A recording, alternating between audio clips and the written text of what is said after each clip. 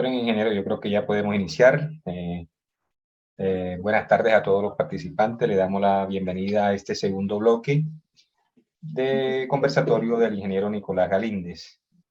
El tema a tratar es integridad de pozos 1.0.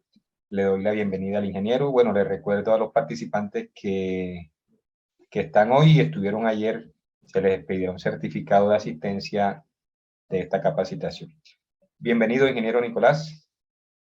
Buenas tardes. Bueno, buenas tardes a todos. Entonces continuamos. Hoy para el momento de seguridad he traído un video que vamos a poner en este momento sobre... Este video es un video bastante largo, solamente vamos a escuchar unas partes. Déjame ponerlo con los subtítulos en español porque cada vez que se para se cambian los subtítulos al inglés. Para escuchar las partes relacionadas con barreras. Exclusivamente vamos a escuchar esa sección. Está en inglés, pero los subtítulos en español permiten llevarla bastante bien. Me comentan si el sonido se escucha bien.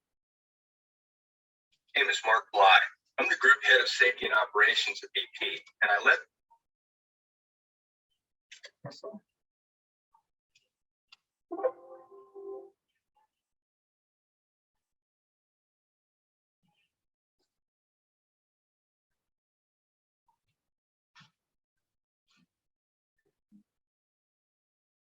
My name is Mark Bly. I'm the Group Head of Safety and Operations at BP, and I led the company's internal investigation. ¿Se escucha bien?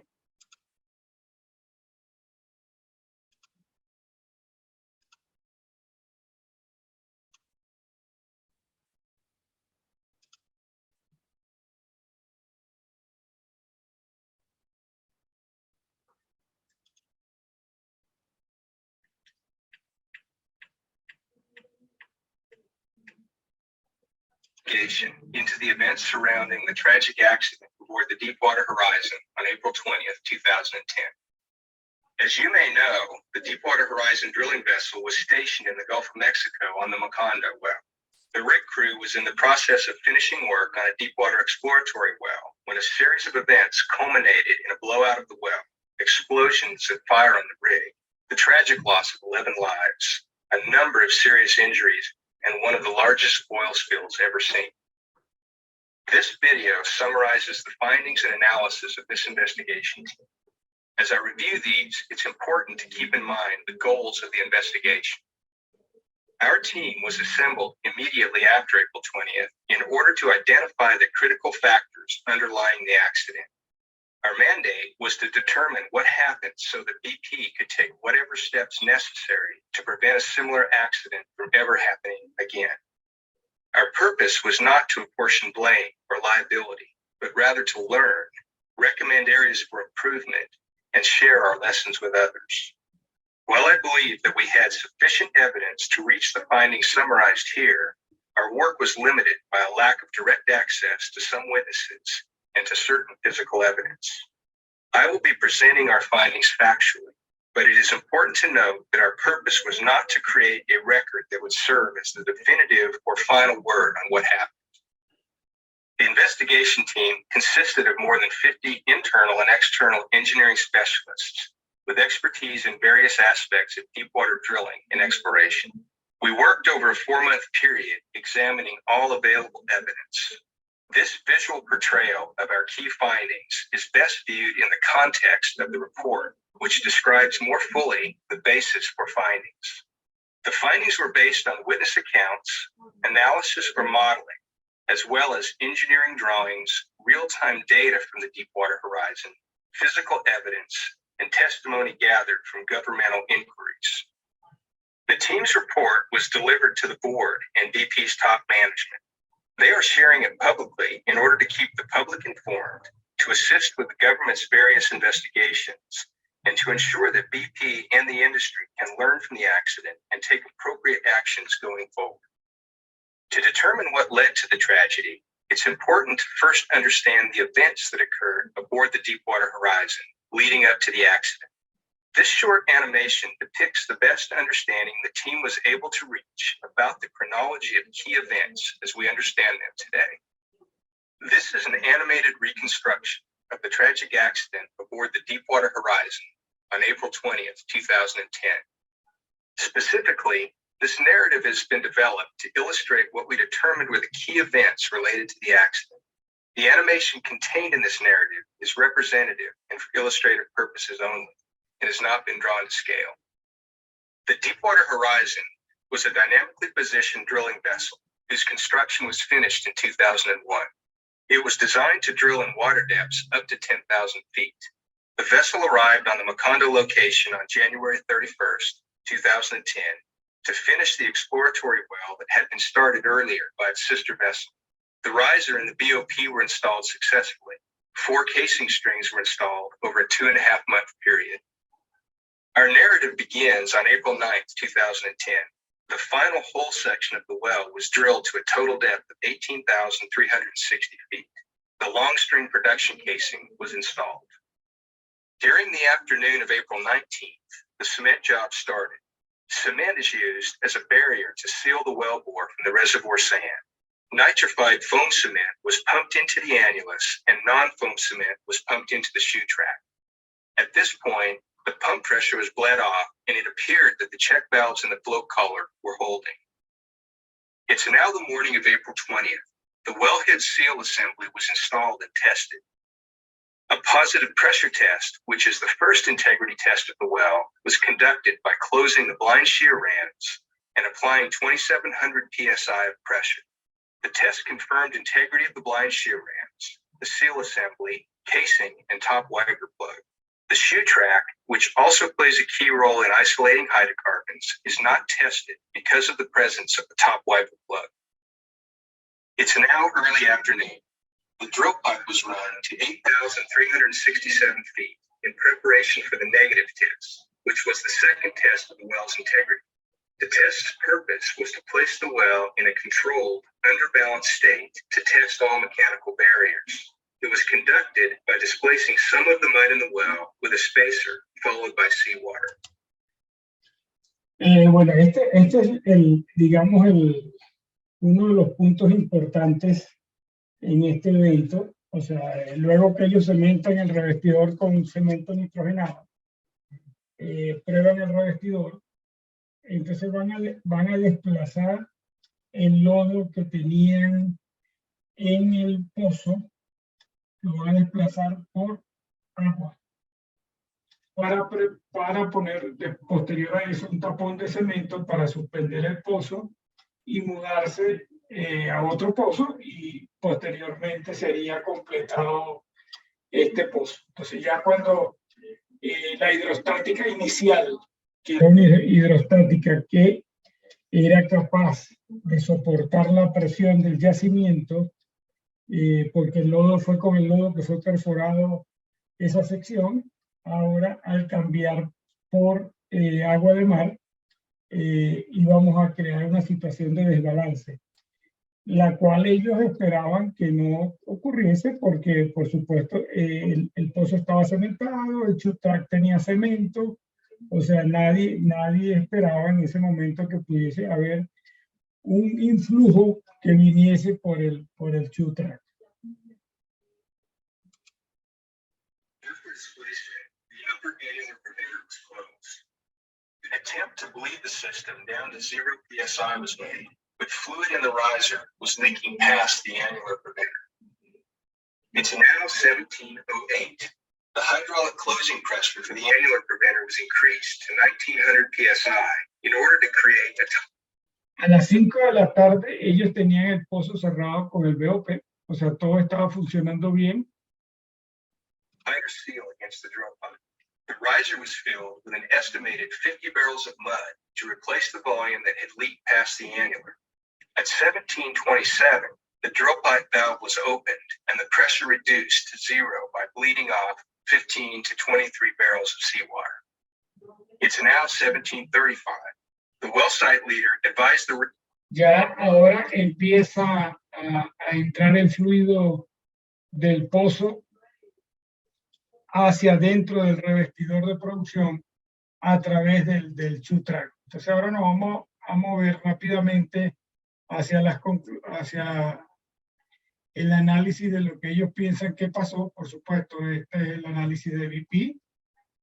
Hay varios reportes adicionales de otras fuentes. Este es muy buen análisis. Lo pueden conseguir completo, lo pueden ver completo en internet, o sea, está disponible. Y lo pueden, en aras del tiempo, dura media hora, solamente ahora voy a poner una parte de las conclusiones de BP. This animated chronology has shown what we believe happened. Now we'll turn to an analysis identifying the contributing factors. As you'll see, we concluded that there was no single action or inaction that caused the accident. Instead, we found that there were 8 interrelated and contributing factors that led to this tragedy. The first 2 findings of the investigation relate to hydrocarbons entering the well. We believe that the evidence shows that both the annulus cement barrier and the sheetrock barriers did not isolate the hydrocarbons, allowing them to flow up the wellbore. The next 3 findings stem from evidence that the rig crew did not observe or recognize that hydrocarbons had entered the well before appropriate steps could be taken to contain them. The negative pressure test conducted in order to confirm well integrity was incorrectly accepted. An influx of hydrocarbons was not recognized until it was too late to prevent the hydrocarbons from reaching the surface because they had already entered the riser. And well control response actions failed to seal and regain control of the well. Our 6th and 7th findings relate to bueno, vamos a comentar aquí los hallazgos que hizo este equipo multidisciplinario que evaluó el accidente. Y como pueden ver, los 2 primeros y probablemente el tercero están relacionados con lo que es barreras. ¿Cómo pruebo la barrera? ¿Cómo doy por sentado que las barreras funcionan? Ellos, su primera falla que ven es que el cemento no está haciendo sello en el anular. Y entonces uno se pregunta, ¿a qué prueba le dimos a ese cemento? O sea, ¿ya se había corrido registro o no se había corrido registro? Entonces, no se había corrido registro de cementación. La decisión en ese momento fue hacer el registro de cementación posterior cuando llegara el nuevo equipo que viniese a completar el pozo. De hecho, los que vieron la película, cuando está llegando el company man a la plataforma, se está yendo la cuadrilla de Schlumberger y él pregunta por qué se van.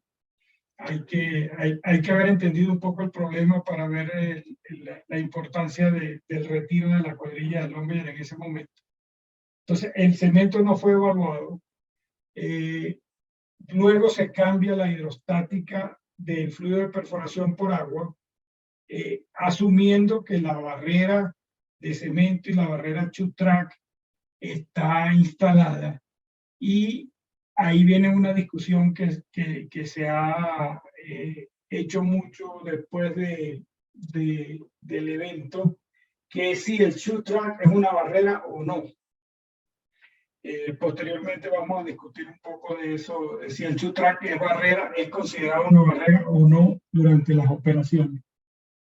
Entonces, como ven, este evento, que la repercusión y el impacto que ha tenido, se empieza por falla de barrera. Por el punto 3, la prueba negativa de si el chute-track está haciendo sello o no, parece que fue mal interpretada. Y entonces, de los ocho elementos que ellos ven como posibles causas raíz del evento, 3 están relacionados con fallas de barrera. Les quería traer esto para que vean lo relevante que puede ser el control de la barrera durante una operación bastante estándar como es bajar un revestidor, cementar el revestidor final y mudarnos para que después lo complete otro equipo.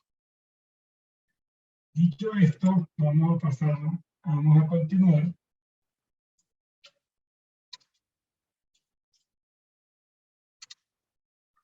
Y vamos a hablar un poco de algo que ayer nos preguntaron sobre workover, intervenciones de pozo. Los workover con pozo controlado, las barreras son muy parecidas a las barreras de perforación de las distintas etapas durante viaje, durante correr registros, bajar completamiento. El sistema de barreras es parecido. Donde difieren un poco es ya cuando hacemos intervenciones con pozo vivo, como intervenciones que podemos hacer con coil tubing, con slickline, con Snowy Unit. En esos casos sí, ya ahora la configuración de las barreras es un poco diferente, como pueden ver en esta tabla, en este gráfico que tiene el número de tablas. Como pueden ver ahora los elementos de barrera son muchos más que cuando estamos trabajando con perforación. En la zona de pozo, todo lo que esté expuesto a la presión, como el pozo está vivo, son barreras primarias. Y todo lo que es el equipamiento de seguridad que tiene la coil tubing es barrera primaria. Las barreras secundarias se parecen bastante a las que teníamos originalmente durante el completamiento, pero a diferencia de aquellas, ahora el tubing ahora pasa a ser, por estar expuesto directamente al fluido de compresión, pasa a ser parte de las barreras primarias. Y lo otro que queríamos discutir es la perforación bajo balance. Si se recuerdan ayer, nuestra barrera primaria durante la perforación es el fluido, la columna de fluido en el pozo. Cuando estamos perforando bajo balance, ya esa columna de fluido no es una barrera. Ya esa barrera está rota, ya esa barrera no se considera como tal. Y entonces tenemos una analogía parecida a lo del coil tubing, donde todo lo que ahora está viendo presión durante la perforación bajo balance es parte de la barrera primaria. Todo aquello que vea presión es barrera primaria. Y, por supuesto, el nuevo dispositivo que se usa para la perforación bajo balance o near balance, que es un rotating head. Este nuevo equipo pasa a formar parte de las barreras primarias del conjunto. Entonces, estos dos casos ya cuando se trabaja con pozo vivo, las barreras son un poco diferentes y tenemos que tener, digamos, un cuidado adicional, porque ahora estas sí van a estar trabajando durante la mayor parte del tiempo bajo presión. Y el otro equipo hay varios equipos que tienen discusión de si son barreras o no son barreras. Y uno de los que se puso mucho sobre la mesa a partir del accidente de Macondo son los equipos de flotación. ¿Los equipos de flotación son barreras o no son barreras? Los equipos de flotación están diseñados para soportar la presión que soporta el casing, o están diseñados para soportar el diferencial de presión durante la cementación. Entonces, como ven, esta tabla de Northsor considera en que el equipo de flotación puede ser utilizado como barrera, como parte de las barreras primarias del pozo, pero debe estar diseñado como tal. Si bien es cierto que el conjunto externo del equipo de flotación por lo general es de la misma metalurgia que el revestidor, entonces debería soportar las mismas cargas que el revestidor. hay que tener cuidado con el equipo interno. O sea, el equipo interno hay que asegurarnos de que aguante el diferencial de presión suficiente para aguantar las mismas cargas que pudiéramos tener en caso de una arremetida. Entonces, aquí en este caso en particular, o sea, la falla de Macondo, el fluido pasó desde el anular, desde el yacimiento, a través del cemento, o probablemente no había cemento, porque era una zona donde había pérdida de circulación, entonces parte del cemento lo pudimos perder durante la operación. Eso sí, no hay forma de cómo corroborarlo. Ingeniero, Dígame. discúlpeme, ¿le podemos dar la palabra a la ingeniera, a Kenny de Boín, que está levantando la mano? Si quieren me dejan terminar aquí y pasamos a las preguntas. Okay. Terminamos esta y ya que vamos a pasar al otro tema y abrimos el ciclo de preguntas, y si es con voz es mejor. Okay. Es más interactiva la situación. Ok, entonces el mensaje aquí es que si nosotros vamos a considerar el equipo de flotación como parte del sistema de barrera primaria, el equipo debe estar diseñado a tal fin. O sea, debe soportar las mismas cargas que se esperan que ocurran en el pozo. Entonces, bueno, dicho esto, vamos a pasar a la parte de preguntas, y yo no veo las manos. Entonces, adelante, Misael, creo que es el que está coordinando eso para allá. Ya bajó la mano Kenny de Boín, no sé cómo se pronuncia, no sé si le voy a permitir hablar, si tiene alguna pregunta.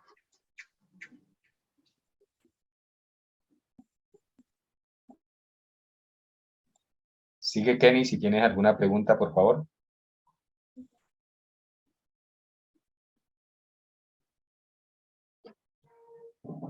Parece que no, ingeniero. Adelante. Bueno, entonces seguimos adelante. Bueno, con esto concluimos la parte de barrera en la etapa, digamos, operativa de los pozos. Y ahora vamos a pasar a abandonos. Abandonos también es un tema que tiene mucha discusión. También igualmente estoy trayendo un video, vamos a irlo poniendo en español. Aquí primero, ok.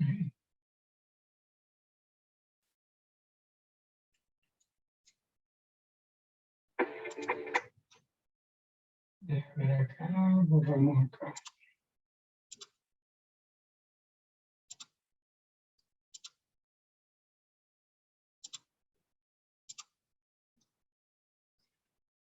Este es un video de la Alberta Energy Regulation, que es el regulator, que es vaya la redundancia, el regulador de esa provincia de Canadá, que es una provincia exclusivamente petrolera, y nos va a mostrar un poco cómo manejan los canadienses lo que es los pozos abandonados, y una categoría que ellos lo llaman pozos huérfanos, que son pozos abandonados o pozos por abandonar que no tienen dueño. Y entonces el gobierno tiene que hacerse cargo de ellos, y acá nos van a mostrar en esta corto video un poco la visión que tiene esa provincia canadiense.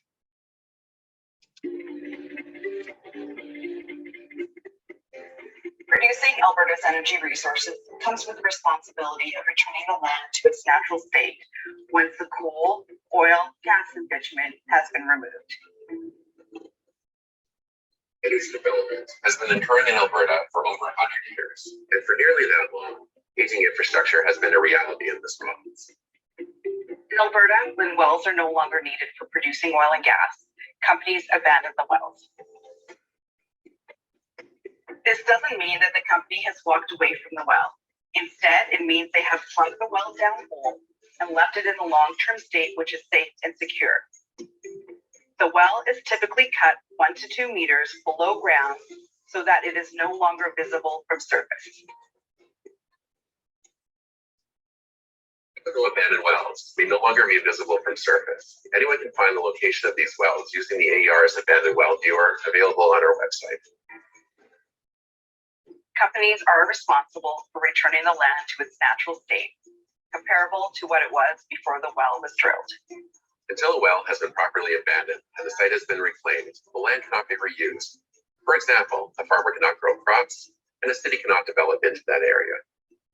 When the company has finished all its work, they apply to the Alberta Energy Regulator for a reclamation certificate. Companies are always responsible for dealing with any contamination that may have been left behind or for repairing abandoned wells that may have begun to leak.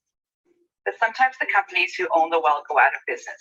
If this happens, the AER orders anyone that had any interest in the well to abandon and reclaim it. If there is no responsible party, the AER considers this well and the site orphaned. The Orphan Well Association then takes over care and custody of it. The Orphan Well Association is industry funded and ensures that Albertans do not have to pay to abandon and reclaim any wells, facilities, or pipelines. Aging energy infrastructure is a complex issue. The entire world wrestles with the same challenges we face. We must ensure we continue to address the issue.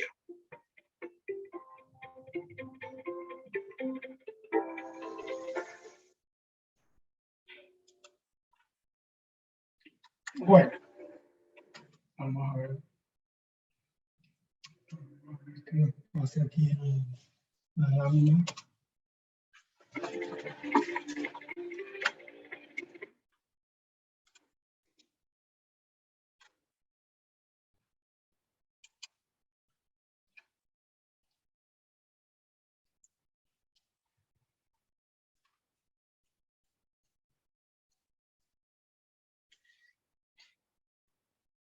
Bueno, entonces vamos a comenzar a discutir un poco la parte de abandono. Abandono es un tema realmente importante, y primero por la seguridad para las cosas que quedan alrededor del pozo abandonado, y segundo por el impacto que tienen a nivel económico para los países petroleros como tal, ¿no? Aquí hay dos cosas importantes que quiero presentar en esta lámina, y es que, bueno, el abandono, nosotros tenemos básicamente que asegurar un sello transversal que restablezca el sello transversal que existía originalmente en el terreno. Y lo otro, que las operaciones que aquí se realicen tienen que ser realizadas con una perspectiva eterna, porque ya el abandono sigue por unos cuantos años. Hay dos documentos de los que yo he consultado, que es lo que me parecen muy interesantes y que los recomiendo ampliamente. Son dos documentos generados por Oil and Gas UK, que es una asociación de empresas petroleras en el Reino Unido.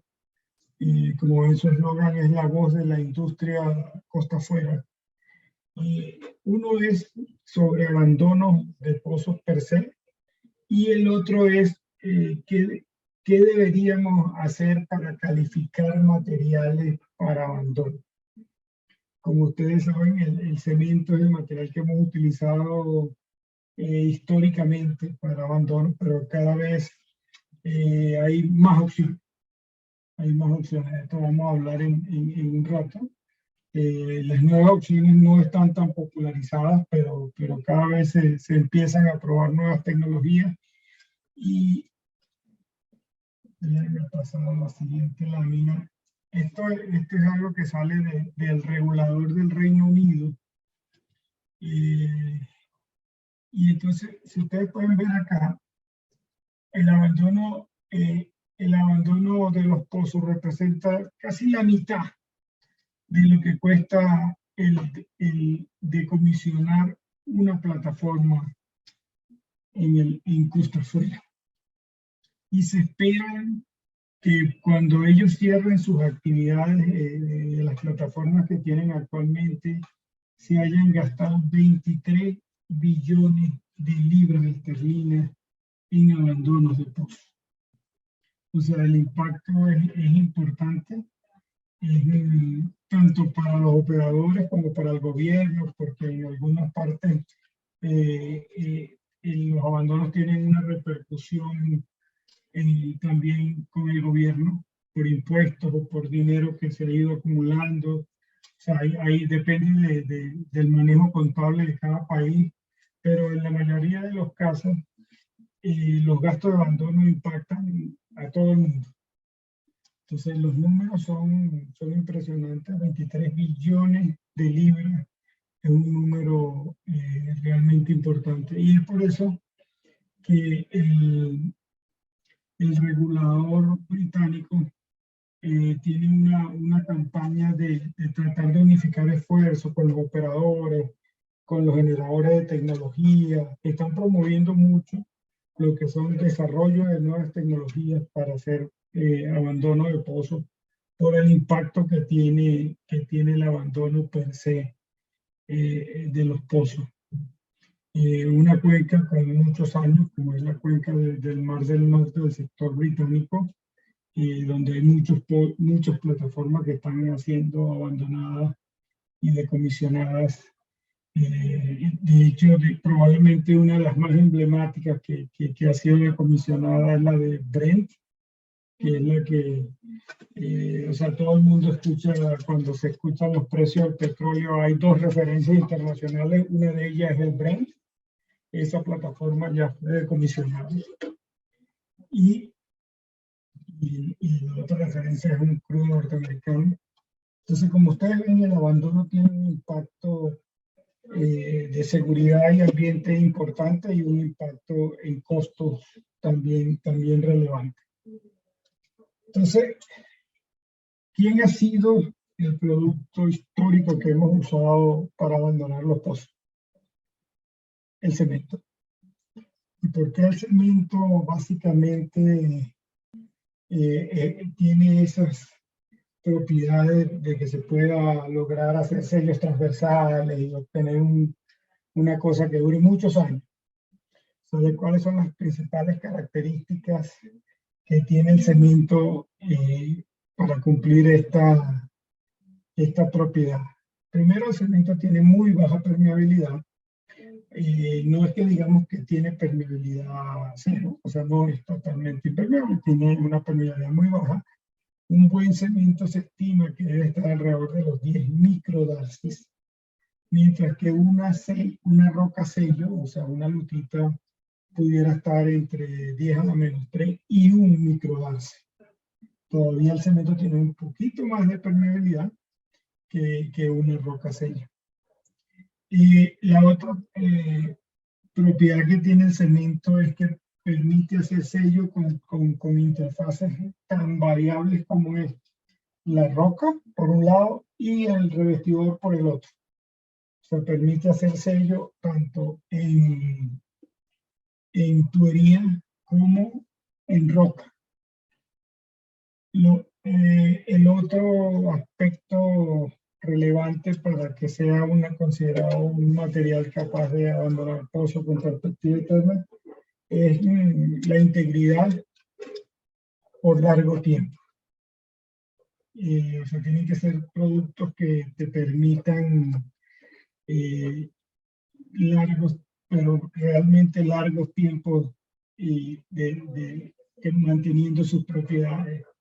La foto es del Panteón en Roma, que todavía no llega a los 2000 años, pero ya va cerca, y ya los romanos utilizaban un tipo no exactamente el mismo cemento que utilizamos hoy en día, pero utilizaban un tipo de hormigón que ha ido bastante bien, 2000 años, y se ve bastante conservado.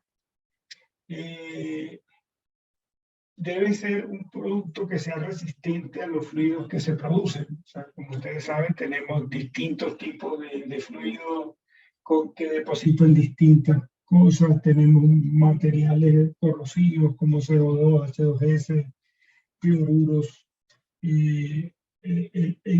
el producto que decidamos usar para la cementación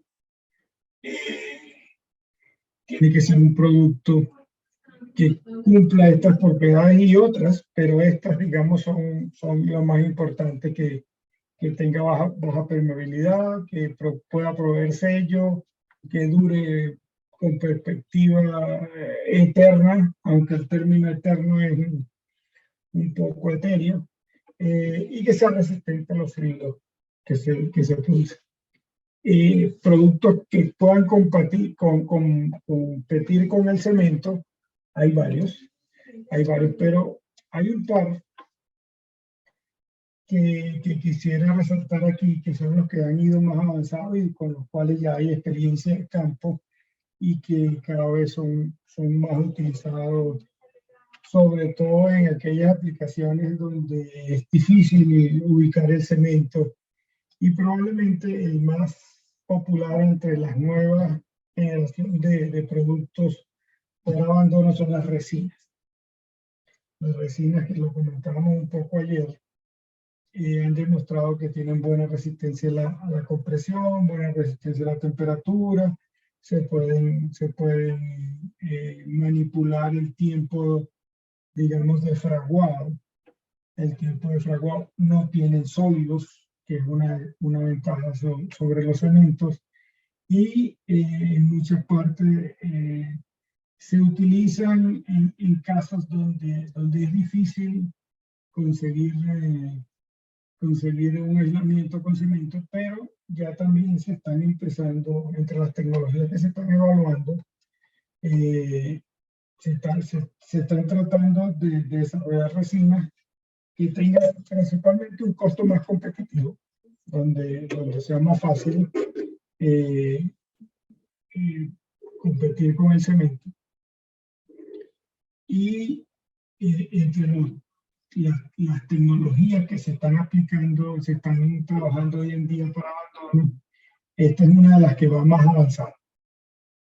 El otro material que se está utilizando con criterio de abandono, que tiene las dos propiedades que hemos venido comentando, que tiene que ser con perspectiva eterna y que nos permita dar sellos, que tenga además baja permeabilidad, y lo que comentamos en el párrafo de arriba, son las propias formaciones.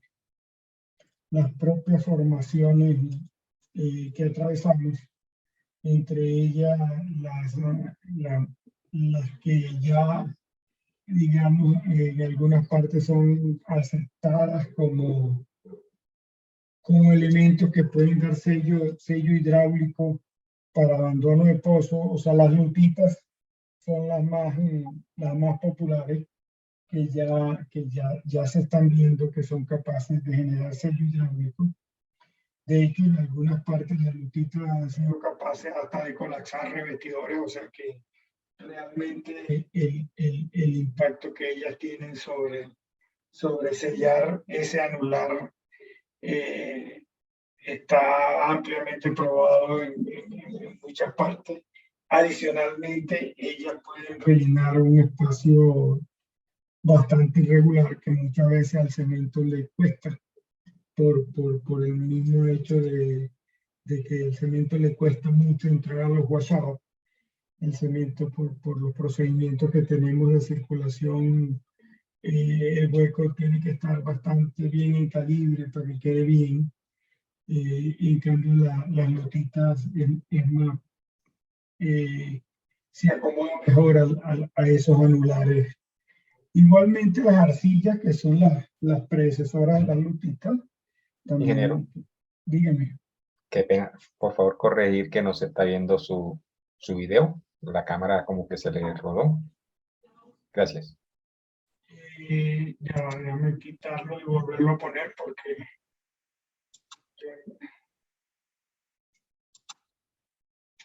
¿Ahora? No, se está viendo, pero está por debajo o por encima, y no está todo su rostro completo. La cámara. La cámara. Sí, señor. La cámara fue la que se rodó, sí. Ok.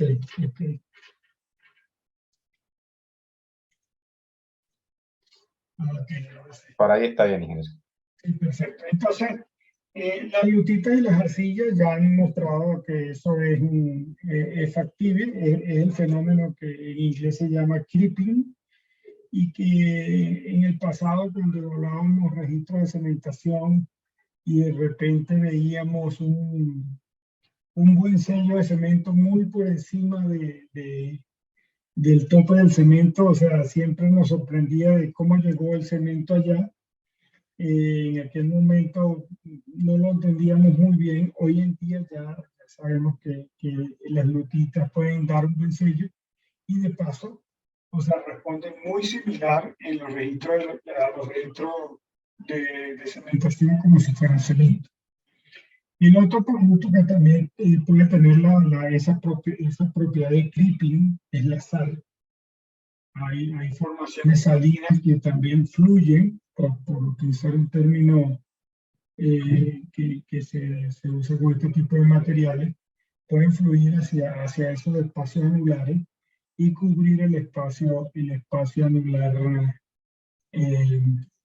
con un producto que puede generar un buen sello hidráulico. Normalmente las zonas salinas tienen espesores muy grandes, o sea, son sellos muy largos, entonces permiten abandonar revestidores con bastante eficacia.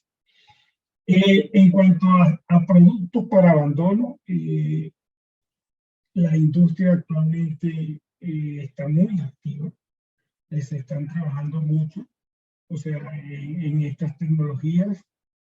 Tanto el gobierno como los operadores están interesados en nuevas tecnologías que permitan reducir los costos de abandono, porque la cantidad de pozos que hay por abandonar en todos los países es muy grande, inclusive no sé cuántos tendremos por abandonar en Colombia, pero nada más si vemos los que tenemos actualmente produciendo, que en algún momento van a tener que ser abandonados, o sea, el número es bastante elevado.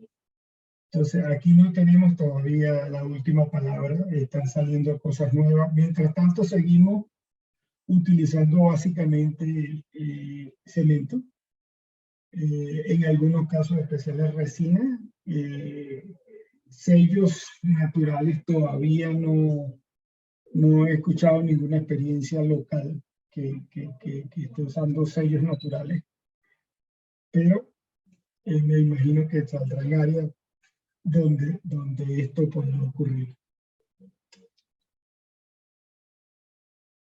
Entonces seguimos adelante. Voy a pasarlo por acá, que como que es más fácil.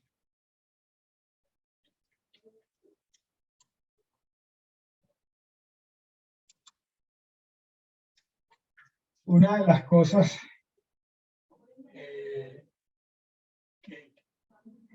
que siempre hemos escuchado es el famoso, y que lo quise meter acá, es los famosos 100 pies.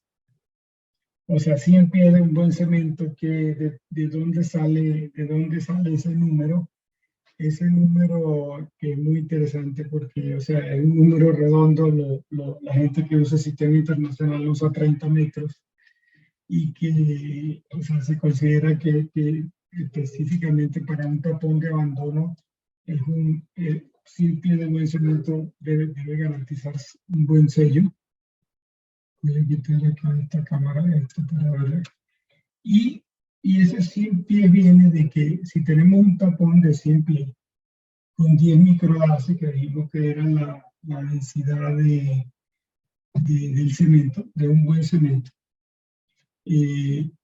con un diferencial de 1000 psi,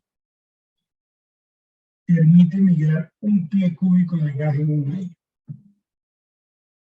O sea que 100 pies te va a permitir que un pie cúbico de gas es realmente un valor bastante despreciable. O sea, y si hablamos de perspectiva eterna, o sea, en 100 años habremos dejado pasar 100 pies cúbicos de gas.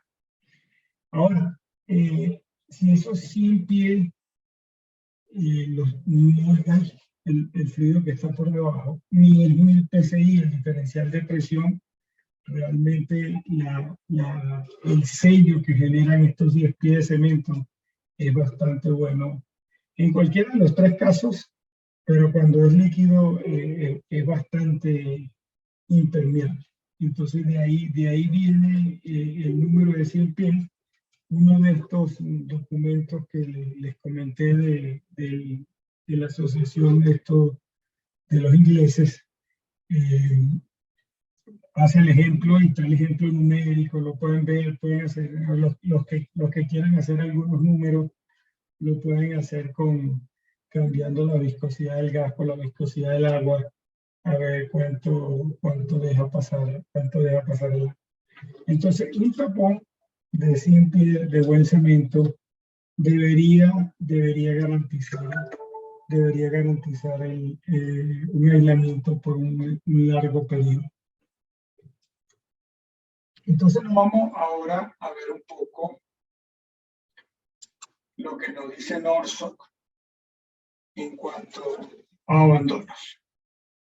Y aquí también les recomiendo revisar los dos documentos británicos, porque tanto los británicos como los noruegos han trabajado tanto el tema de abandono, porque realmente tienen muchos pozos por abandonar. O sea, ya es un elemento de alto impacto para sus economías, el abandono y el decomisionado de plataformas. Entonces, han ido trabajando bastante el tema, tienen bastante literatura en cuanto a abandono. Y bueno, este es uno de los gráficos ya colocado en nuestro acostumbrado sistema de barreras primarias, barreras secundarias, barreras necesarias para aislar no solamente una formación, sino una formación de otra. Y entonces aquí hablamos de que las formaciones que tengan potencial para fluir deberían ser abandonadas con el sistema que estamos hablando, más una barrera superficial que permita evitar de que haya flujo a superficie y que corrobore el aislamiento de los fluidos superficiales. Ellos, como están en el mar, normalmente cortan a nivel del lecho marino, entonces siempre dejan un tapón de superficie. Los acuíferos superficiales en el mar no son el hecho, no son un hecho así tan resaltante como para nosotros, porque la explotación a estas profundidades de agua es bastante costosa. Pero en nuestro caso, nosotros, además de aislar los yacimientos hidrocarburíferos que puedan fluir, también debemos estar pendientes de poder preservar los acuíferos superficiales aprovechables, porque esos no solamente pueden ser utilizados en el futuro, sino que probablemente ya están siendo utilizados alrededor de nuestra operación. Entonces nosotros tenemos una responsabilidad de abandonar con los yacimientos y con los yacimientos petrolíferos capaces de fluir y con los acuíferos superficiales. Y bueno, volvemos a nuestra tablita de abandonos. Déjenme mover aquí un momento y vemos que al igual que como todos los elementos de barrera, el tapón de cemento es un elemento por sí per se de barrera. Y por supuesto tiene su tabla para cómo lo vamos a probar. O sea, podemos probarlo hidrostáticamente, podemos tocarlo con peso, que son las dos probablemente las prácticas más comunes. en algunos casos, dependiendo de lo que tengamos abajo, la prueba de presión no diría nada. O sea, un tapón de cemento con un tapón, un puente puesto por debajo, la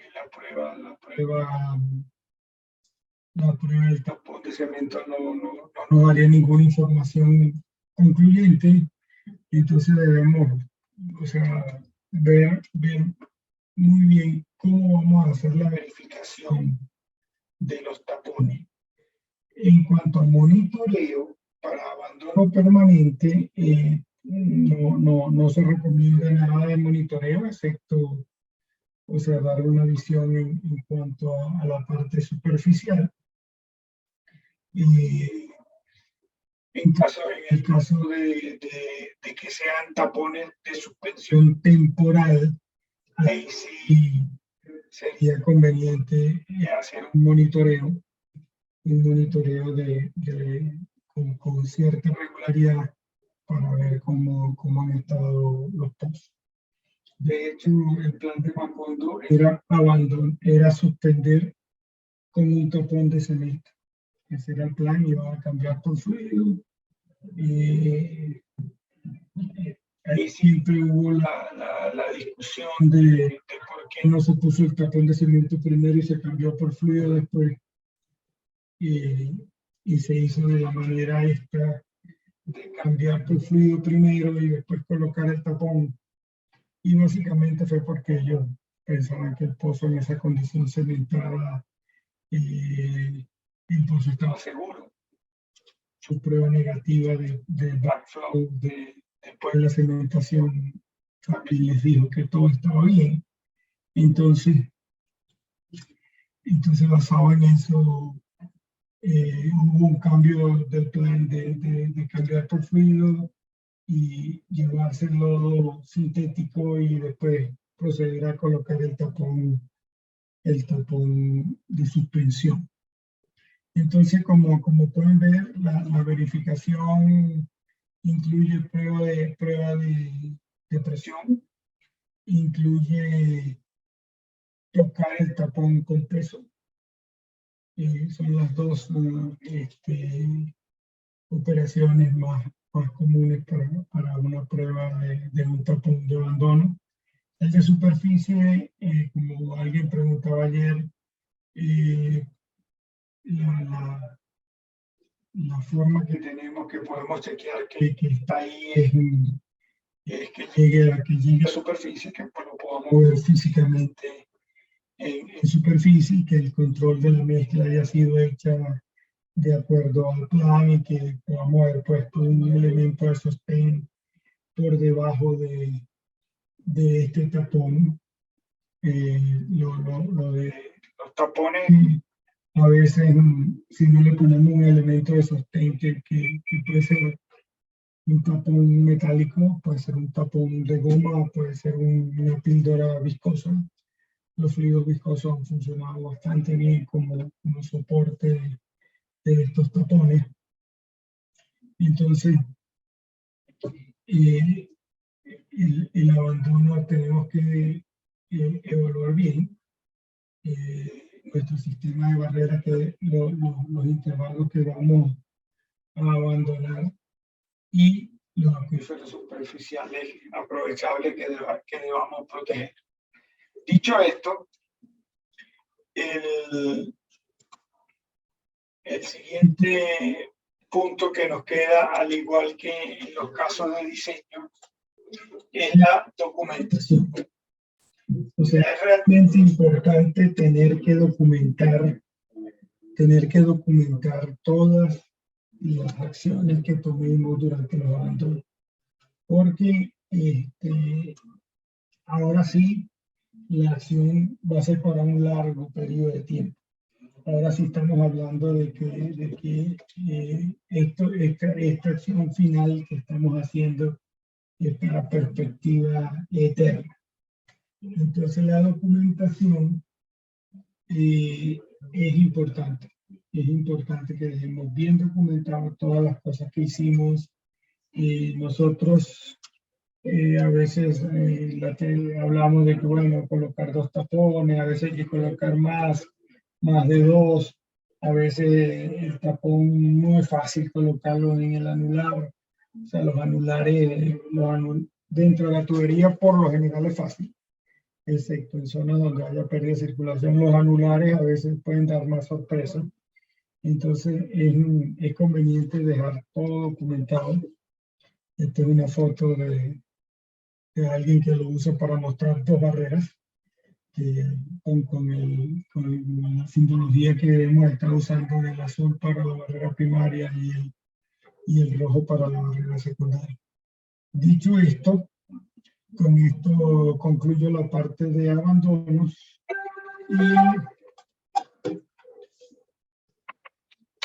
y vamos a abrir una sección de preguntas. Si hay preguntas en este punto sobre la parte de abandonos.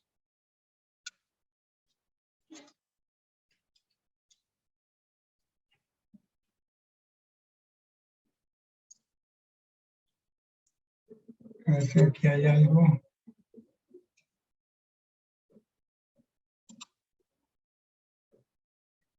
Bueno, si no hay preguntas, entonces tomémonos un pequeño receso, así como ayer, de 5 minutos, mientras monto la siguiente sección y tomamos agua y volvemos.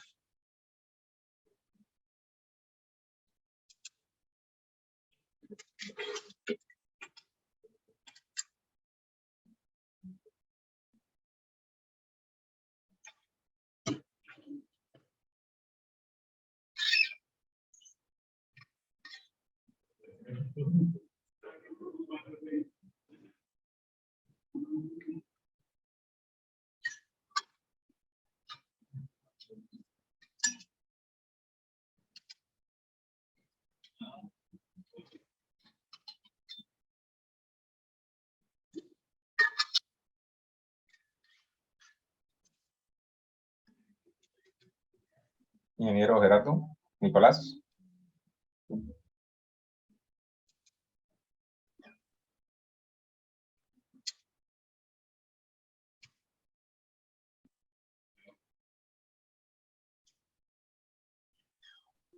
Ingeniero.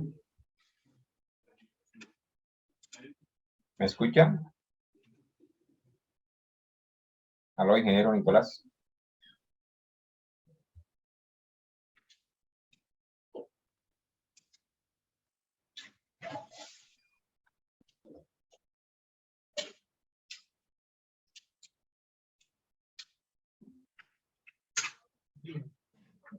Enviándonos un mensajito para saber a qué hora tenemos buena salida. Porque está en la tarde, es que si llegas.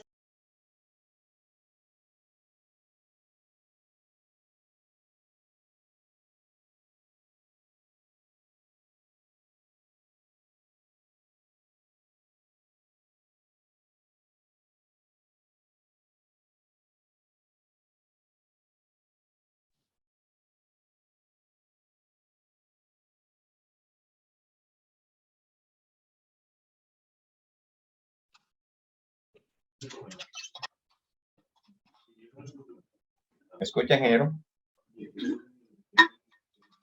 ¿Aló? Ingeniero, ¿me escucha?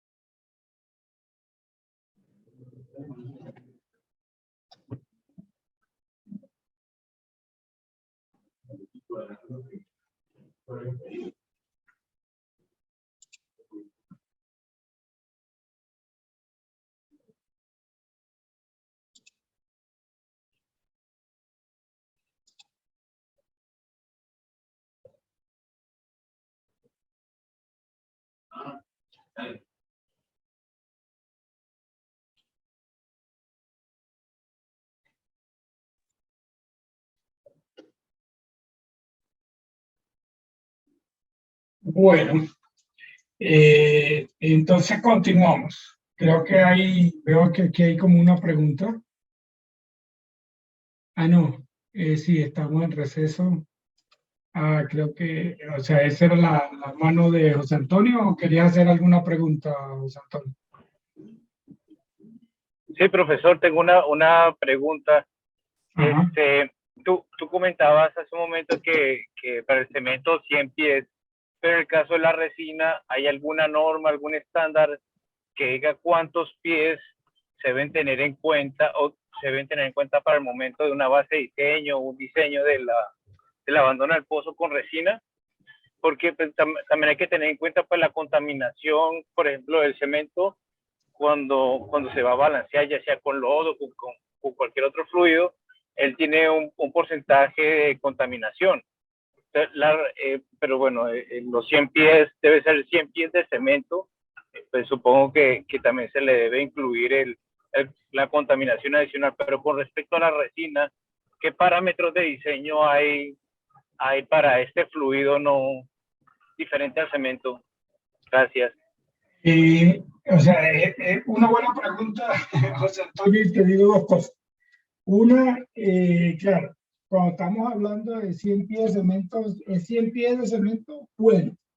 O sea que hay que bombear más, hay que bombear más de 100, siempre hay que bombear más de 100, porque como tú dices, hay una parte que se contamina, o sea que cuando bajemos a tocarlo tengamos, siempre vamos a tener más de 100 porque el margen de seguridad tiene que ser grande. Ahora, en cuanto a resina, a nivel de normativa, todavía yo no he visto ninguno. Yo no he visto, no sé si alguien ha escrito algo al respecto de cuánto sería la longitud, cuánto sería, qué tanto se contamina, porque es un punto importante en cuanto a la resina, sobre todo porque entre un barril de cemento y un barril de resina, la diferencia en costo es importante. Los espaciadores, pero no tengo una información de qué longitud estaríamos hablando con resina, ¿no? Tampoco tengo información que sería interesante ver que la gente que está desarrollando estas tecnologías nuevas, cuál es la permeabilidad de la resina.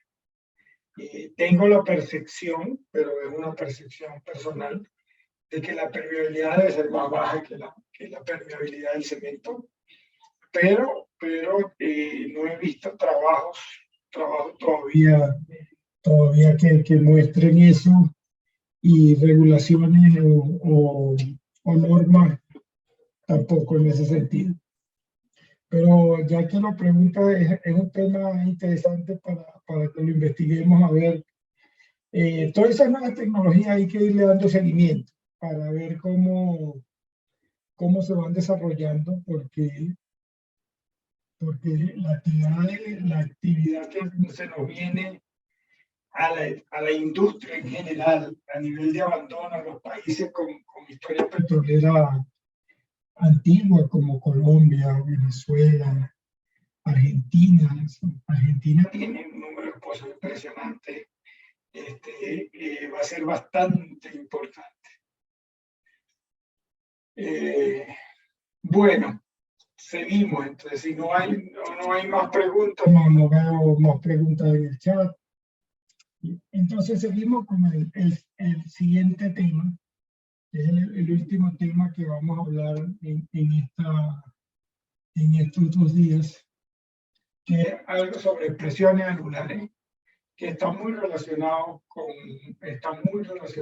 la integridad, y donde quiero empezar con esto. O sea, normalmente siempre muestro esto porque este accidente fue en el 2002, en un accidente en un pozo en Alaska, en el pozo A22, y como pueden ver, miren cómo quedó la instalación, miren cómo quedó la camioneta. El operador de producción estaba dentro de la camioneta y afortunadamente sobrevivió, pero como pueden ver, el impacto de una explosión a nivel del pozo por efecto de presiones anulares, y si le damos clic acá nos va a salir cómo quedó el revestidor.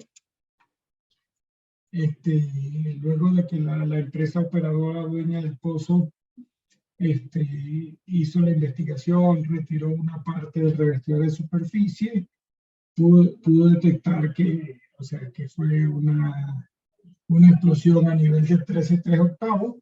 La presión del anular superó la presión de estallido del revestidor, y el revestidor falló a nivel de superficie y generó lo que ustedes pueden ver en la foto.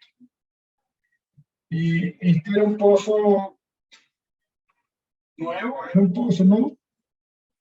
era el pozo A22. O sea, habían 22 pozos ahí. No eran ni de los primeros, más parecido a uno de los últimos. Era un área de desarrollo con operación normal, donde todo el tiempo, tenían personal de monitoreo. Una operación, realmente del día a día, una operación normal, probablemente con mucho frío en algunas épocas, porque era en Alaska, pero fuera de la situación del clima, no tenía nada especial esta zona. O sea que las presiones anulares pueden generar algunos inconvenientes importantes en áreas donde conocemos, o por lo menos creemos que conocemos todo. El exceso de confianza en este tipo de operaciones nunca es bueno, pero en estas áreas controladas, de pozos que no tienen mucha presión, el pozo per se no tiene mucha presión, pozos que no han presentado problemas, y como ustedes pueden ver, en una zona ambientalmente complicada, porque era una zona de pantanos donde pusieron esta plataforma, y el pozo tuvo una explosión a nivel de superficie. ¿Qué pasó?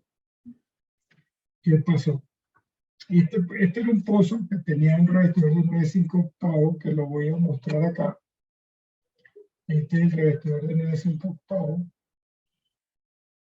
Tenía un completamiento con una tubería de 3,5, y tenía un revestidor de 13,3/8 como el revestidor de superficie. El revestidor de 13,3/8 fue cementado hasta superficie. El 9,5/8 fue cementado en 2 etapas. La primera etapa en forma convencional, y la segunda etapa con un divitur. Pero no se cementó este revestidor, la segunda etapa no se cementó hasta superficie. El pozo era un pozo de flujo natural, que con el tiempo se convirtió a gas lift, el levantamiento por gas. Y entonces se empezó a meter gas por el anular para levantar la producción. El pozo tenía historia de que se comunicaba el anular A con el anular B. Ya tenía una historia de que esto estaba pasando desde que el pozo se cambió a gas lift.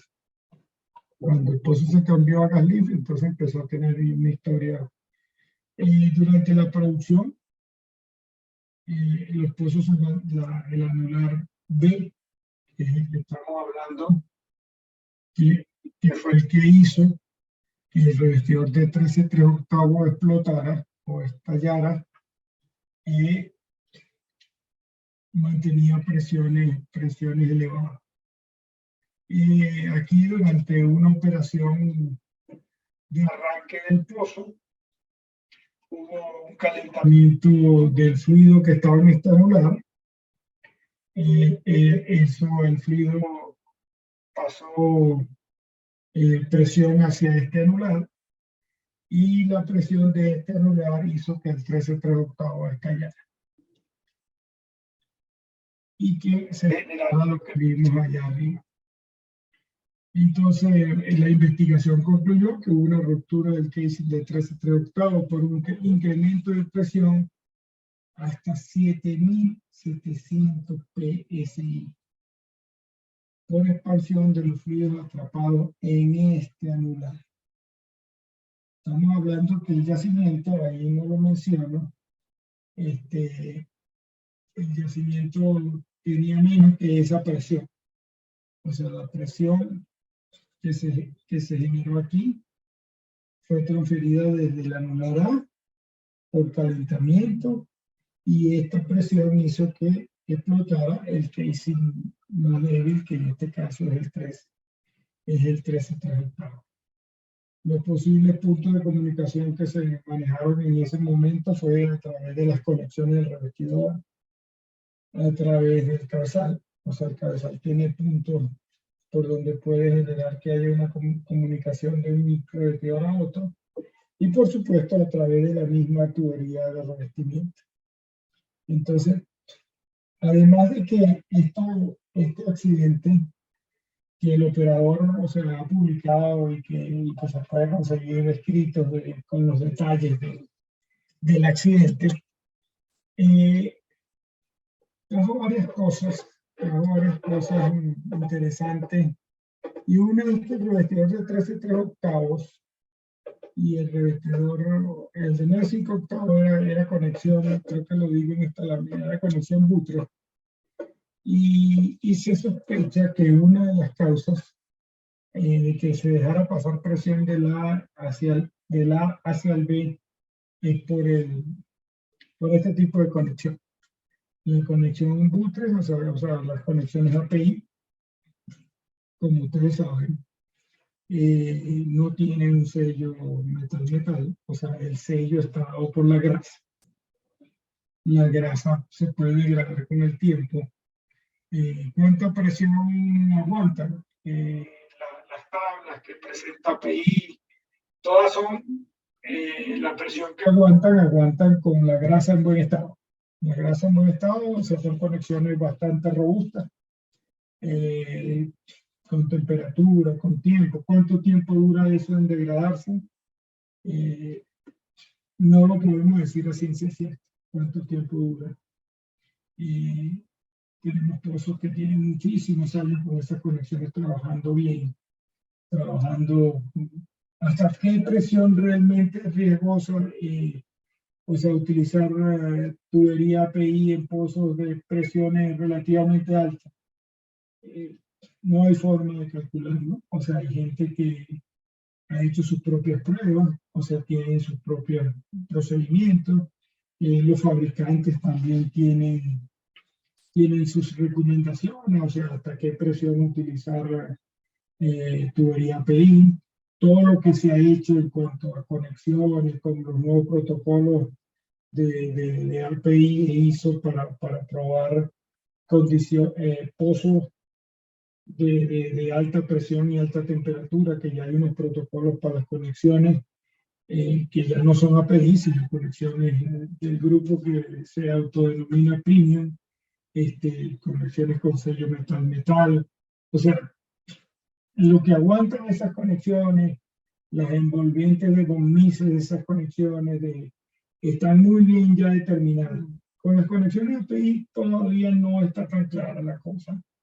O sea, todo el mundo ha escogido hasta dónde las lleva. Depende de qué tan conservador sea el grupo que define los estándares en cada empresa. Lo que sí sabemos es que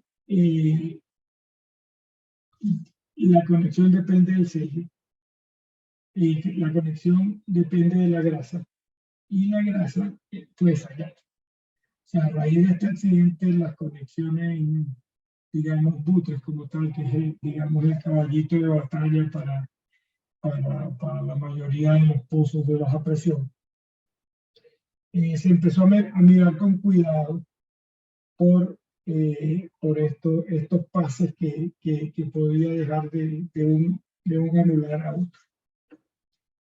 o sea, además del accidente, de la necesidad de tener un control seguido, también que se quedó esta duda de las presiones anulares con conexiones a Perú. Entonces, ¿cuáles son las causas de que se genere presión anular?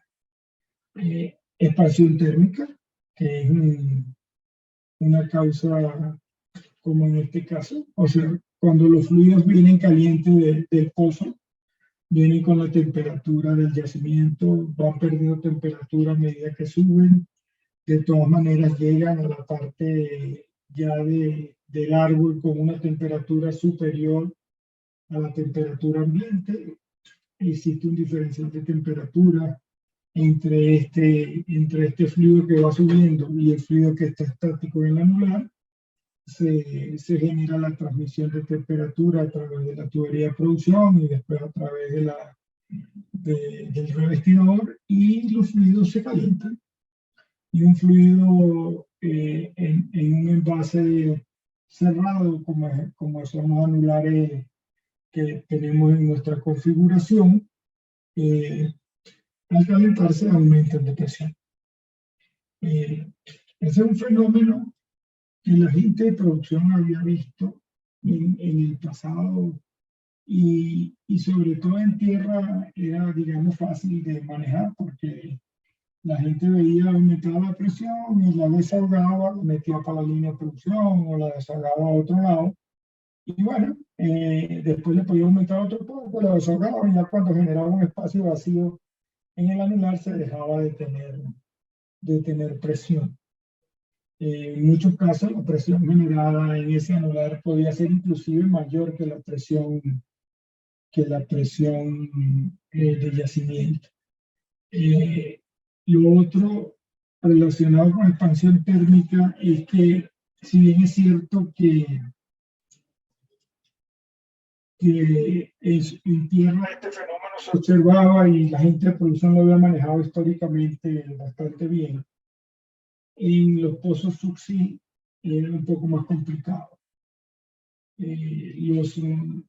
A raíz de que en el pasado solamente habían, digamos, mucho énfasis en las simulaciones de las cargas sobre los revestidores, de las cargas de tensión, compresión, colapso, estallido, y la parte térmica se había dejado un poco aparte hasta que empezaron a salir simuladores que pueden manejar los cambios de temperatura con bastante exactitud. Y entonces se empezó a ver que el problema de expansión térmica en los pozos subsea era realmente relevante. En los diseños subsea, la expansión térmica a futuro puede condicionar, puede ser el tema más importante del diseño per se del revestidor. Entonces, la expansión térmica es un fenómeno que miramos, que tenemos que estar pendientes a la hora del diseño, sobre todo en los pozos que producen fluidos muy calientes o en los pozos donde le inyectamos fluidos muy calientes, como por ejemplo el vapor. Entonces, todas las condiciones donde generemos cambios de temperatura relevantes hoy en día pueden ser modeladas. Hay unos simuladores muy buenos para tener el comportamiento de temperatura de los pozos en distintas etapas.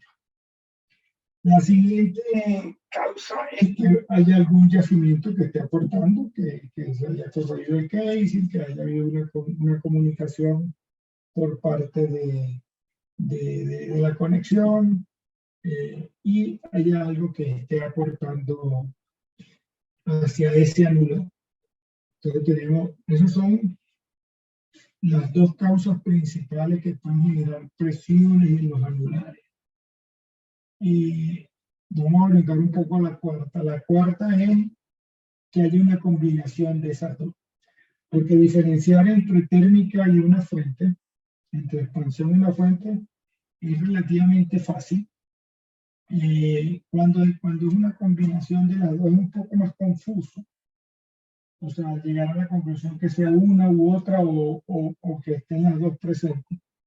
ahí ya se complica un poco la cosa. Y por último, cuando la presión es impuesta por el operador, como por ejemplo el gas lift.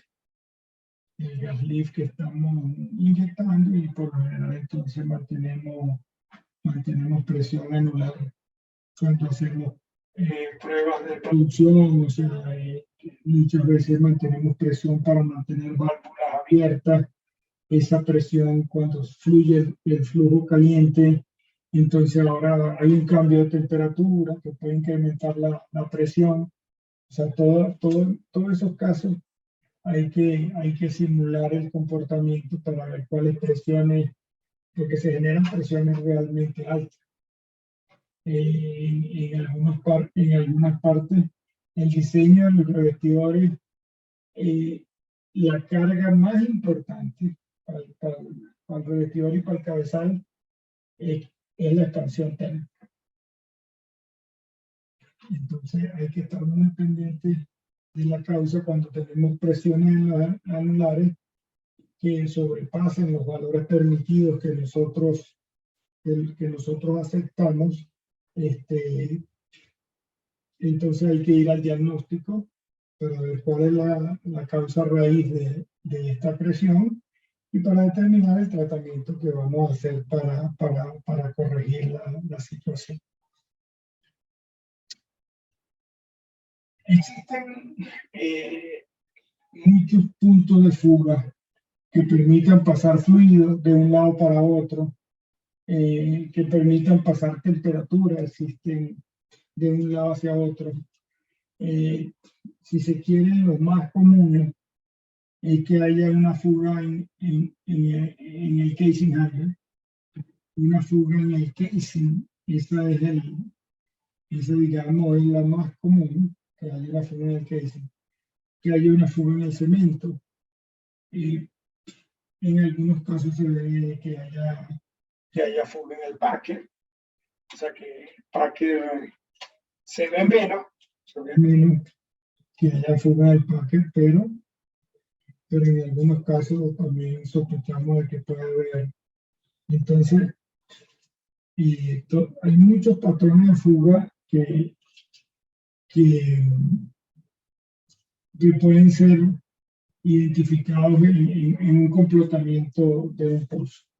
Específicamente, dependiendo de por dónde venga la fuga y lo que causa la presión en el anular, o sea, o que sea del anular al anular B, o del B al C, o al revés. Entonces, dependiendo de ese diagnóstico que hagamos,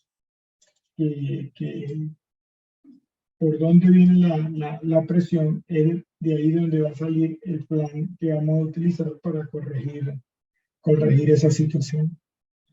Pero, además de eso, las presiones anulares nos permiten monitorear el estado de las barreras, el estado de los elementos de las barreras que tenemos instaladas. O sea, si nosotros tenemos una presión pequeña en el casing contenida, que es pequeña en superficie, pero cuando le sumamos la columna, dependiendo del packer fluido que dejamos, puede ser una presión realmente representativa. Y estamos hablando de que ya el casing está resistiendo una presión en esa zona. Cuando nosotros tenemos un anular donde hay una cementación y el anular marca históricamente 0 y la zona es productora o inyectora, ese 0 nos da mucha información de cómo está funcionando la barrera cemento en ese anular. El cemento está funcionando bien, nosotros estamos inyectando sin problema, no tenemos presiones anulares. Y cuando tenemos presiones anulares pequeñas, ese digamos, recipiente cerrado está resistiendo esa presión. Es una prueba de que por lo menos hasta esa presión aguanta bien. Entonces, las presiones anulares nos sirven primero para diagnosticar las barreras Segundo, dependiendo de la causa, o sea, para diagnosticar cómo está funcionando el manejo de los elementos que son capaces de tenernos presión. Y es por eso que a raíz de todo este tema de integrarla, de poner la integridad en una sola línea desde el diseño hasta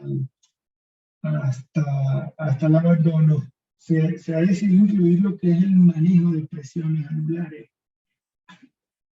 como parte integral de lo que es la integridad del pozo.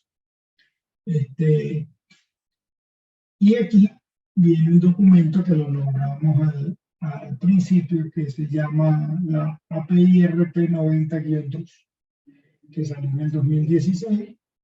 Entonces con esto, digamos, completamos los elementos documentales que debemos chequear para manejar la integridad de los pozos, que es la NORSOC D10, el API RP 90-2 y los que tengan pozos offshore, la 90-1, NORSOC API 90-2-1 y las dos guidelines del grupo de Oil and Gas UK, que también son bastante interesantes. API también lanzó algo sobre abandonos. Es un documento que también se puede revisar. Tiene mucho menos desarrollo que el desarrollo que tiene los documentos del Oil and Gas UK, pero también está disponible aquellas personas que trabajan en empresas donde haya un licenciamiento API, pueden buscar el documento de API para abandono del pozo. También lo podemos chequear. Yo recomiendo mejor revisar los dos de UK.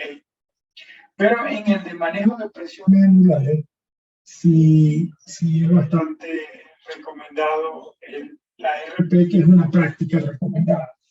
O sea, no es una especificación, no es un estándar dentro de la clasificación documental que tiene API. Hay varias, hay estándares, hay normas, hay especificaciones, hay boletines, hay prácticas recomendadas que tienen distintos niveles de cumplimiento. O sea, las prácticas recomendadas de esta RP 90-2 y te presenta como un sistema para manejar las presiones anulares durante la vida del pozo.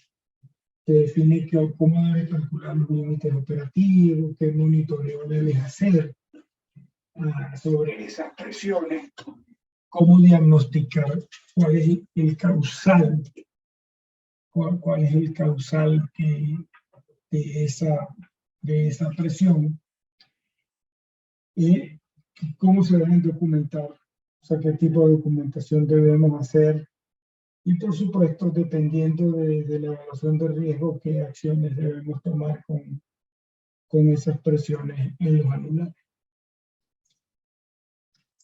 Vamos a hablar un poquito de las definiciones que aparecen y vamos a usar un poco las siglas en inglés porque son muy populares, llamadas así como tal. O sea, el MAS, el MABOC, ya prácticamente en la industria se utilizan con cierta regularidad y son bastante conocidas. El MAS es la máxima presión anular permitida en superficie. Si vemos este grafiquito, lo vemos que el MAS es cuánto aguanta ese anular. Y cuánto aguanta ese anular es en función de los elementos de ese anular, quién aguanta menos. Después viene el MADOC, que sería cuál es la máxima presión al anular con la que yo me siento confiado de trabajar. La norma, esta API te da varias opciones de cómo calcular este valor. Hay unos valores por degradación, o sea, asumiendo que las tuberías están degradadas. O sea, si tú no tienes data histórica, esa sería un buen principio, los métodos que nos da esta norma, un buen principio para arrancar. Entonces, la norma trata de que tú te establezcas un límite de operación, una máxima presión operativa que tú puedes definir con los procedimientos que te dan como cuatro tipos distintos de metodologías para calcular la máxima presión permitida operativa, y luego te da un margen que puede estar definido por un límite superior y un límite inferior, que el límite inferior en algunos casos pudiera ser 0. Hay algunos pozos que mantienen cierta presión anular por un pequeño cambio de temperatura que exista. Entonces, definirías un límite donde se considera seguro operar. Luego viene, o sea, ¿qué vas a hacer tú cuando estés en un sitio, cuando pases de un punto a otro? O sea, si vas a estar, ¿cómo se llama?, entre la máxima presión operativa y la máxima presión permisiva, que se permite en ese anular, ¿qué vas a hacer? Paras el pozo, sigues operando, reparas, tienes que definir qué vas a hacer ahí. ¿Qué vas a hacer cuando pasas del límite operativo que tú tienes y te acercas a tu máxima presión operativa permitida? ¿Qué vas a hacer en esos casos? ¿Qué vas a hacer inclusive si te baja por debajo del límite inferior? Porque muchas veces si tú mantienes una presión de 70 psi constante en toda la historia del pozo y de repente te baja a 0, puede ser que tengas alguna fuga en alguna parte. Entonces, todo esto tienes que configurar este sistema de manejo de presiones anulares y ir definiendo, o sea, cuáles son las acciones que vamos a tomar. Este es un ejemplo que yo estoy colocando aquí. O sea, si estamos por encima del MABOP y nos acercamos al MAS, o sea, puedes parar, diagnosticar y después definir si pueden seguir operando dependiendo del análisis del riesgo que haga. Porque el MAS, acuérdense que el MAS es como si todo tuviera nuevo. Y en muchos casos los pozos ya no son tan nuevos. El MABOP, si está entre el MABOP y entre tu límite operativo, o sea, ¿qué vas a hacer? Operas, después que diagnostiques, operas, te paras y reparas. Ahí ya entra el análisis de riesgo para ver qué es lo que vamos a hacer. Entonces, esas son, digamos, la parte el marco de presiones que debemos definir en los anulares. O sea, debemos definirlo en cada anular para poder definir. Vamos a poner otra vez el grafiquito.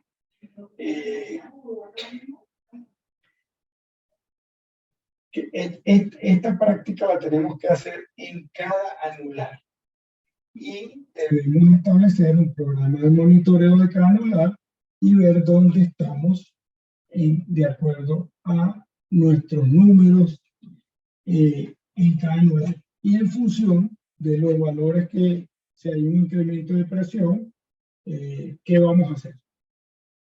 Aumentamos la frecuencia, paramos el pozo, tomamos alguna acción. Ese es el plan que debemos definir para cuando cuando pasemos de una situación a otra.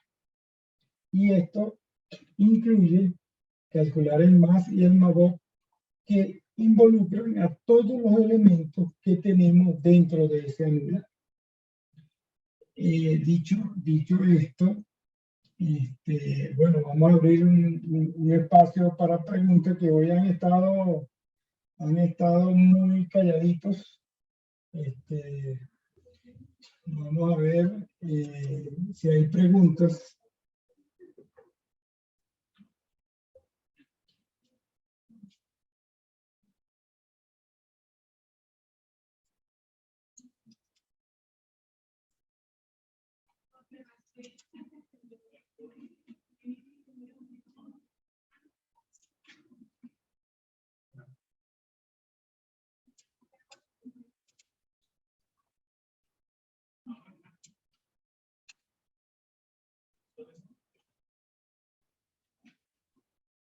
Misael, ¿me escuchas?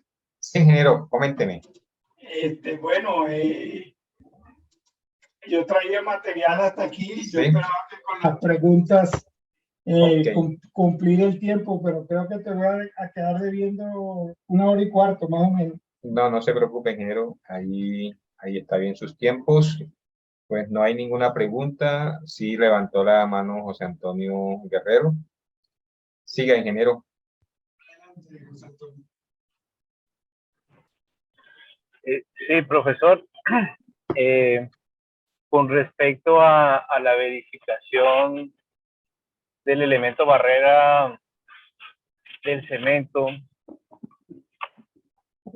en la etapa de abandono, ¿usted considera que únicamente, pues la resolución menciona que se debe hacer tanto la eficiencia de desplazamiento, o se debe tener tanto la eficiencia de desplazamiento como el registro de cementación, ¿sí? Pero la NORSOC dice que puede ser inclusive, bueno, creo que solo el registro de cemento, ¿sí? Pues para ciertos casos, ¿no? Para ciertos casos, hay algunos casos en particular, pues puede tomar registro de cemento. ¿Usted considera, profesor, que el registro de cemento, a pesar de que está la norma API 10TR, el Technical Report, esto, en el cual se explica cómo se debe la interpretación del registro de cemento de diferentes herramientas, no es la mejor herramienta para, a pesar de que uno no está tomando por una cámara ya cómo está la adherencia del cemento con respecto al revestimiento y a la formación, no es la herramienta más adecuada para determinar el aislamiento hidráulico, el aislamiento o el sello como verificación de este elemento barrera del Anulus Cement. Bueno, te contesto, digamos, o sea, mi opinión, ¿no? Sí, o sea, siempre porque realmente no hay ninguno de los elementos que tenemos, digamos, puede garantizar 100% el aislamiento, ¿no? O sea, una de las mejores cosas que tenemos es los registros de cementación. Los registros de cementación definitivamente han mejorado mucho. Inicialmente, cuando teníamos solamente SBL, había toda una teoría de interpretación. Después llegó el ultrasónico y empezó a ver cosas que se saltaban, SBL. Ahora viene la parte flexural. O sea, han ido avanzando los análisis. Cada vez han ido mejorando cosas que no cubrían los anteriores. El registro es una buena ayuda. Todavía con toda esta nueva tecnología, en algunos casos se nos presentan dudas de cómo está la cementación. Entonces tenemos que utilizar todos los elementos que tenemos a mano para la interpretación. O sea, que es el registro de cementación, que es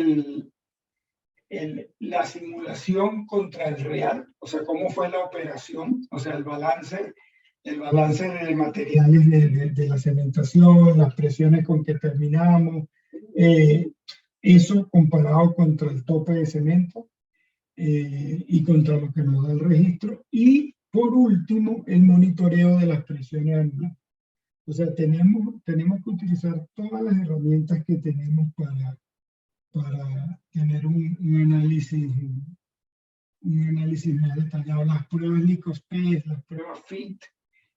Por supuesto, esto es más, se requiere con mayor detalle a nivel de la zona productora, porque la zona productora pueden haber fluidos indeseables muy cerca. Cuando es para abandono, que estamos exigiendo columnas ya más largas, que hablamos de 200, 300, 400 pies, que lo que queremos ver es sello hidráulico entre digamos, una formación y superficie, el histórico de presiones anulares y cómo salió la cementación, digamos, una herramienta que es bastante útil. Y por último, en zonas donde no podemos correr registro de cementación, porque hay revestidores donde no funciona, donde no hay la herramienta, solamente nos queda la opción de cómo fue la operación, pruebas de presión, monitoreo de presiones angulares. Pero en las zonas de producción, o sea, tenemos que sumar todo lo que podamos, porque no es tan fácil. Yo no voy a nombrar las empresas, pero en el pasado habían, que todavía existen, son dos grandes empresas petroleras, una que creía fielmente en los registros de cementación y todas sus decisiones las tomaba en función de los registros de cementación, y otra que no creía en nada en los registros de cementación. O sea, habían esos dos extremos y eran dos empresas que, si te las nombro, están en el top 3 de las petroleras mundiales. Entonces, una no hacía nada sin un registro de cementación y la otra no lo tomaba nunca a menos que el pozo produjera agua. Entonces, una hacía todo lo necesario para tomar el registro, evaluarlo y tomar sus decisiones de completación. La otra completaba, cementaba y completaba, y si producía agua hacía registro. A ese nivel llegaba la incertidumbre sobre los resultados. Son medidas que se, digamos que no es, esta mañana lo veíamos con uno de los registros, que no es una medida directa que diga es buena cementación. O sea, la impedancia acústica de un cemento liviano se puede parecer mucho a la de un lodo. Entonces, pero tú al final del día estás midiendo la impedancia acústica. Entonces, en la zona productora es conveniente agarrar todo lo que tengamos, todo, o sea, y posteriormente monitorear anulares y producción. Porque a veces nos han pasado cosas de cualquiera de los lados, o sea, cementaciones que se ven dudosas y nunca producen agua, y cementaciones excelentes que a veces producen agua. Entonces, no es tan fácil, lo de la interpretación. El boletín que tú mencionas de API es un esfuerzo por poner la interpretación más o menos en el mismo patrón para todo el mundo, pero todavía por decirlo de alguna manera, no es una ciencia exacta. No es una ciencia exacta, es lo mejor que tenemos. Ha mejorado mucho al nivel de que ya las empresas de servicios tienen especialistas en esos registros específicos, o sea, que son especialistas en registros a hueco entubado. Pero ahí todos estamos cada vez aprendiendo cosas nuevas.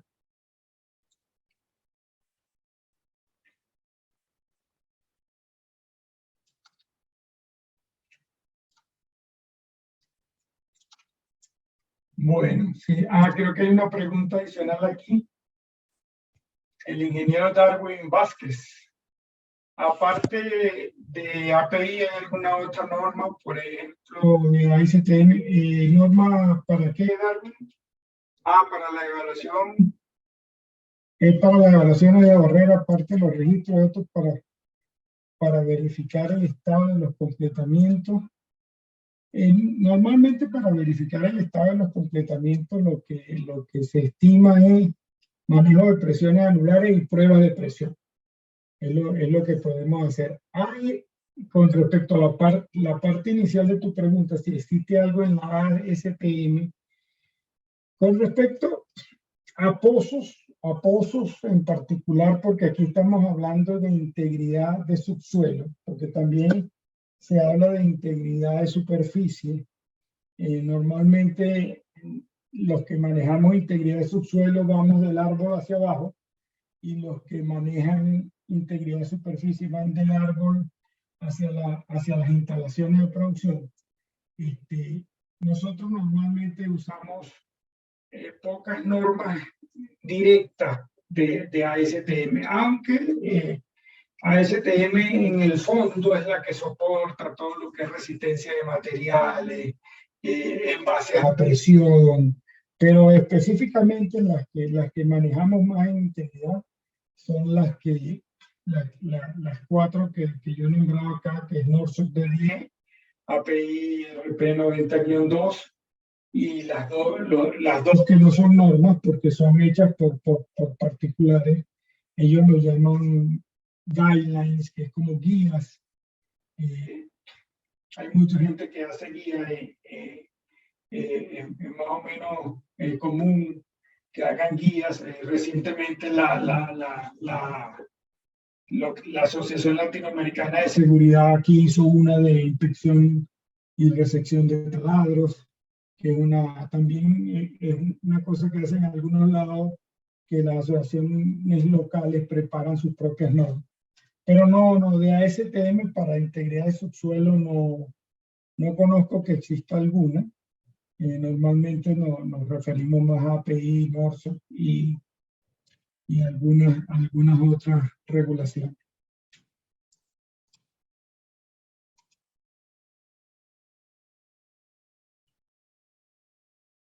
Bueno, Misael, creo que ahora te debo menos, te debo como 1 hora nada más, Misael. Entonces... Si no, ingeniero, damos por terminado. Muchas gracias a todos los asistentes y a usted, ingeniero. Qué pena, yo tenía una pregunta. ¿Se puede? O sea, sigue. Adelante, Johan. Bueno, muchas gracias ahí por las charlas muy edificantes para todos nosotros, y sobre todo la actualización en cuanto a normatividad. Yo tenía una inquietud, no sé si de pronto la tocó ayer cuando estuvo mostrando cada componente de un pozo y hacía referencia a la NORSUC, pero es para la prueba de integridad de los liners de producción, las pruebas negativas. Es mandatorio hacerlo en cada pozo, a cada liner que vaya a quedar como producción, prueba negativa. Del liner de producción, sí. Lo coloca, o sea, NORSUC lo coloca como una barrera que debería ser probada en dirección de flujo. O sea, como un elemento de barrera que puede ser, o sea, que ellos lo ponen en su tabla como que debe ser probada la dirección de flujo. En algunos casos, no es fácil hacerlo. En algunos casos no es fácil hacerlo. Porque, tú puedes cambiar el lodo en una parte, digamos, por diésel, pero de repente con diésel todavía no generas el diferencial necesario para realmente probar contra la presión de flujo. Entonces, en algunas partes no es práctico. Durante la vida del pozo es aceptada como barrera, sobre todo los que tienen top packer. Es aceptada como barrera. Para el abandono, el top packer no es aceptado como barrera. Entonces, pero como cuando lo estás perforando y lo estás cementando, y ahí te quedan como 30 años, desde el punto de vista de la normativa de NORSUC debería hacerse una prueba negativa. Pero si no vas a alcanzar el diferencial necesario para que sea realmente una prueba, porque si no vas a alcanzar el diferencial para darle diferencial a la presión de yacimiento que tenga, entonces no vale la pena, hacerlo porque te va a dar, no te va a dar nada, entonces lo probarías en dirección del flujo. Ok, gracias. Bueno, no, ¿hay alguna otra pregunta? Bueno, entonces, bueno, yo quería cerrar, digamos, con un mensaje institucional.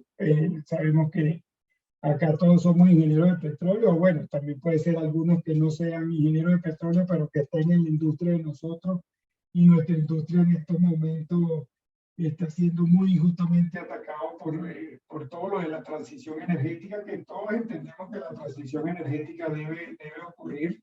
¿Cuánto va a durar? No sabemos. ¿Cuánto va a durar la profesión como ingeniería de petróleo? No sabemos. ¿Cuánto va a durar el petróleo como actor principal como en el mercado energético? No sabemos, pero hay dos mensajes que yo quisiera dar al respecto, porque primero no va a ser poco, o sea, el tiempo no va a ser poco.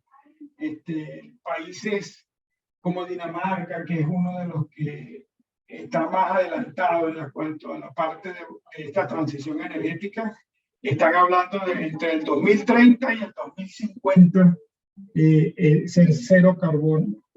O sea, pero Dinamarca es un país que tiene 5 millones de habitantes, o sea, cabe como en el norte de Bogotá. Es muy fácil ir hacia una transición energética si eres poquito y tienes mucho ingreso. Hay que ver esa cuenta cómo la sacan los chinos y cómo lo sacan los indios. Pero está bien, o sea, todos debemos hacer nuestros esfuerzos para reducir las emisiones de carbono. Todos debemos hacer, o sea, como profesión, debemos montarnos en ese carro de mejorar las condiciones del ambiente, pero dos mensajes. Uno es, no sabemos hasta cuándo el petróleo va a ser un actor principal. Hasta ahora ha sido un actor principalísimo en mover el mundo, en generar la energía al mundo. Y segundo, yo creo que debemos sentirnos orgullosos de nuestra contribución en nuestra profesión a mantener este mundo en movimiento. O sea, yo creo que reciben muchos ataques injustos a nuestra profesión, y desde este foro donde está el Consejo Profesional de Ingeniería de Petróleo, ACIPET, yo quería llevarle ese mensaje. Debemos sentirnos orgullosos, movemos el mundo y no es retórico, y además de esto, esto va a seguir por mucho tiempo. Yo seguramente me jubilo antes de que el petróleo se acabe, y probablemente los más jóvenes que estén en esta presentación también. Y con esto quería terminar y darle las gracias realmente por haberme aguantado como por 6 horas. Ok, ingeniero. Bueno, ahora sí nos despedimos. Muchísimas gracias, ingeniero. Entonces, les comento a los asistentes que estos 2 bloques se estarán subiendo en nuestro repositorio de YouTube, en nuestra página web www.cpip.gov.co. En la parte final, en el footer, encontrarán los logos de nuestras redes sociales. Ahí yo diría que ya el lunes o martes encontrarán ya esta grabación. Se le hará seguimiento a los asistentes y se les enviará al correo electrónico su respectivo certificado de asistencia. Muchas gracias. Hasta pronto, ingeniero.